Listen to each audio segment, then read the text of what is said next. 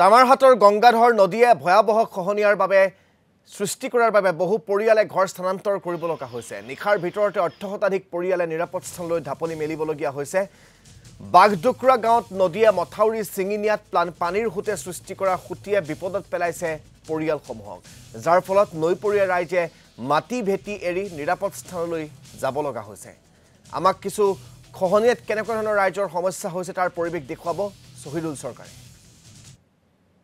হয়, নিৰ্বাচন আহে নিৰ্বাচন যায়, কিন্তু ৰাইজৰ যি সমস্যা সেই সমস্যা কিন্তু সমাধান নহয়। মই বৰ্তমান উপস্থিত হৈ আছো তামাৰহাটৰ গংগাধাৰ নৈৰ পাৰত, আৰু এই গংগাধাৰ নৈৰ পাৰত মোৰ সতীৰ্থ যদি দৃশ্য দেখুৱায়, যিফালে চাব এইফালে অকল ঘৰৰ ভেটি। কাৰণ গংগাধাৰ নৈৰ যি গৰাখহনীয়া, সেই গৰাখহনীয়াত আতংক হৈ এই অঞ্চলৰ ৰাইজে কিন্তু যি গৃহ আছে এই গৃহ নিৰাপদ স্থানলৈ লৈ গৈছে। আৰু এইখিনিতে ক'ব লাগিব যে বিগত 10-15 বছৰ ধৰি যি গংগাধাৰ নৈৰ গৰাখহনীয়া, তাৰ ফলত কিন্তু এনেদৰে আজিৰ পৰিস্থিতিৰ সৃষ্টি হৈছে। আৰু এই গংগাধাৰ নৈত যি পশ্চিমবংগ চৰকাৰে ইয়াত এটা বান্ধৰ ব্যৱস্থা কৰিছিল, সেই বান্ধে কিন্তু বাৰণি পানী উঠাই লৈ যায়। তাৰ ফলত কিন্তু দেখা গৈছে যে এটা সুতি ওলাই গৈছে, আৰু এই সুতিৰ ফলত সুতিৰ যি প্ৰকোপ স্ৰোত, এই স্ৰোতৰ ফলত কিন্তু কেইবাটাও গৃহ ইতিমধ্যে নদীৰ বুকুত জাহ গৈছে।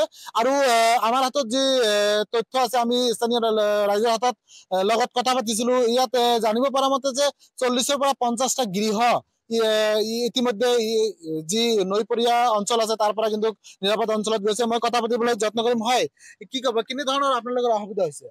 আমাৰ থাকিব ঠাই নাই, আৰু খোৱা পানীৰ মানে খাবৰ বাবে কোনো বস্তু যে আনিম, আমি যাবৰ কোনো সুবিধা নাই। মানে চাৰিওফালে নদী, ইফালে গংগাধৰ নদীৰ খহনীয়া, ইফালে এটা চুটি ওলাইছে, ইফালেও পানী, চাৰিওফালে মানে পানী।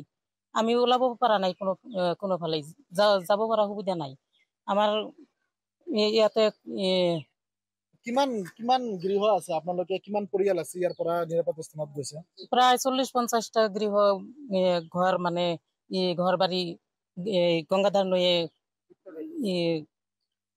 গৰাখহনীয়াৰ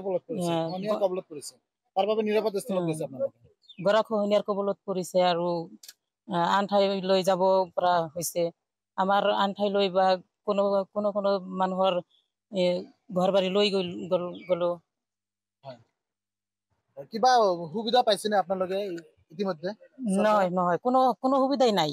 আৰু আমাৰ যে গাঁৱৰ এই বাগডুগৰা গাঁৱৰ মেম্বাৰ আছে, সিও এতিয়ালৈকে অহা নাই। আমাৰ পঞ্চায়ত যে আছে, সিও এতিয়ালৈকে অহা নাই। আহিছে না নাহিছে আমি ক'ব নোৱাৰো। মানে আমাৰ ঘৰ দুৱাৰ খিনি আমি আমাৰ এই গংগাধৰৰ নদীৰ ওপৰত চৰত লৈ থৈছো, কিন্তু এই 2 দিনৰ ভিতৰত কোনোবা আহিছে নেকি মই ক'ব নোৱাৰো। দেখা গৈছে ইমান পৰিয়াল গৰাখহনীয়াৰ কবলত পৰিছে, আমি কোনো সুবিধাই পোৱা নাই। বিভিন্ন ঠাইলৈ যাব লগা হৈছে। আপোনালোকৰ নতুন যে সাংসদ আছে ৰকিবুল হুছেইন, কিবা ব্যৱস্থা গ্ৰহণ কৰিলে আপোনালোকৰ? নহয়, কৰা নাই এতিয়াও। কোনো খবৰ লৈছে আপোনালোকে? মই ক'ব নোৱাৰো, এতিয়ালৈকে কোনো খবৰ লোৱা নাই? খবৰ লোৱা নাই এতিয়ালৈকে। কি বিচাৰে আপোনালোকে এতিয়া? আমি কোনো সুবিধা বিচাৰো, যাতে আমি ইয়াতে থাকিব পাৰো, কিন্তু সেই সুবিধাটো পোৱা নাই। এই নদীখন গৰাখহনীয়া প্ৰায় 10-15 বছৰ ধৰি গৰাখহনীয়া হৈয়ে আছে, কিন্তু এই নদীখিনি কোনো চৰকাৰে বান্ধ দিব লাগে, কিন্তু সেইটোতো আমি চৰকাৰৰ পৰা পোৱা নাই।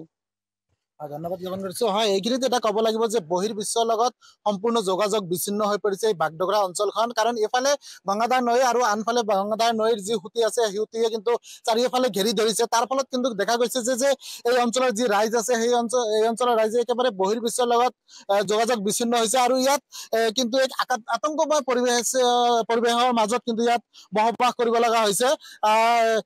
কি ক'ব লাগিব যে যি সুতি আছে, এই সুতিৰ যি প্ৰকোপ স্ৰোত, এই স্ৰোতৰ ফলত কিন্তু কেইবাটাও গৃহ ইতিমধ্যে এই স্থানান্তৰ কৰিব লগা হৈছে।